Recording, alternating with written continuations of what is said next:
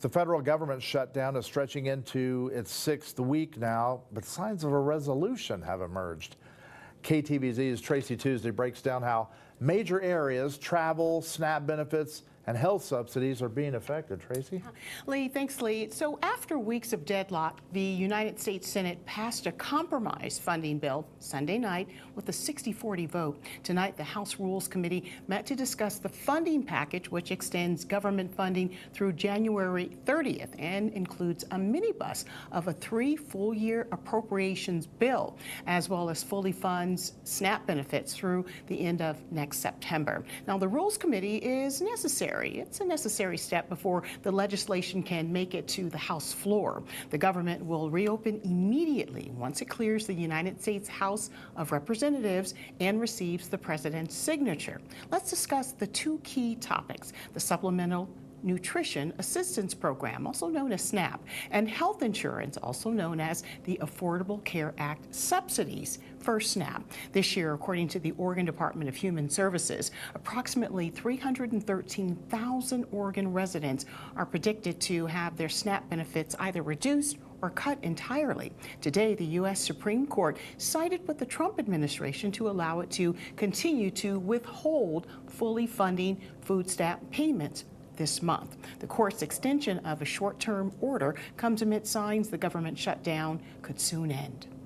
Based on everything I'm hearing, they haven't changed anything, and we have support from enough Democrats, and we're going to be opening up our country. It's too bad it was closed, but we'll be opening up our country very quickly. I'm immensely frustrated and frankly angry at the federal government. This administration has shut down SNAP benefits. People do not have their full benefits. People are not able to put food on their table to the degree that they need to keep children from being hungry.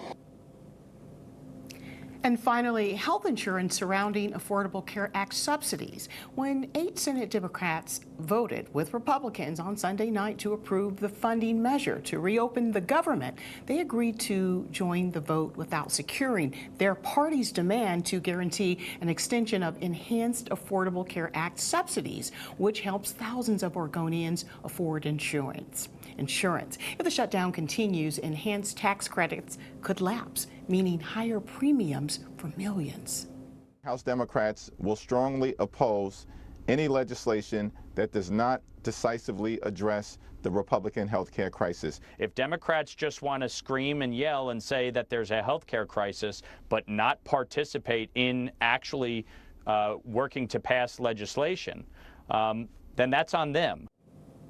KTVZ reached out to Oregon leaders seen on your screen representing parts of Central Oregon for comment on the government shutdown, but they did not respond by our deadline. However, Senator Anthony Broadman provided KTVZ with an exclusive statement saying the Trump administration and this Congress are making everything more expensive for Central Oregonians, including now health insurance. The more we let this administration give tax breaks to billionaires, the more health care becomes a luxury item for working Oregonians. So if the House votes for the bill and the president signs it, the shutdown ends, but only temporarily. The next deadline looms in January, and the health care subsidies remain uncertain.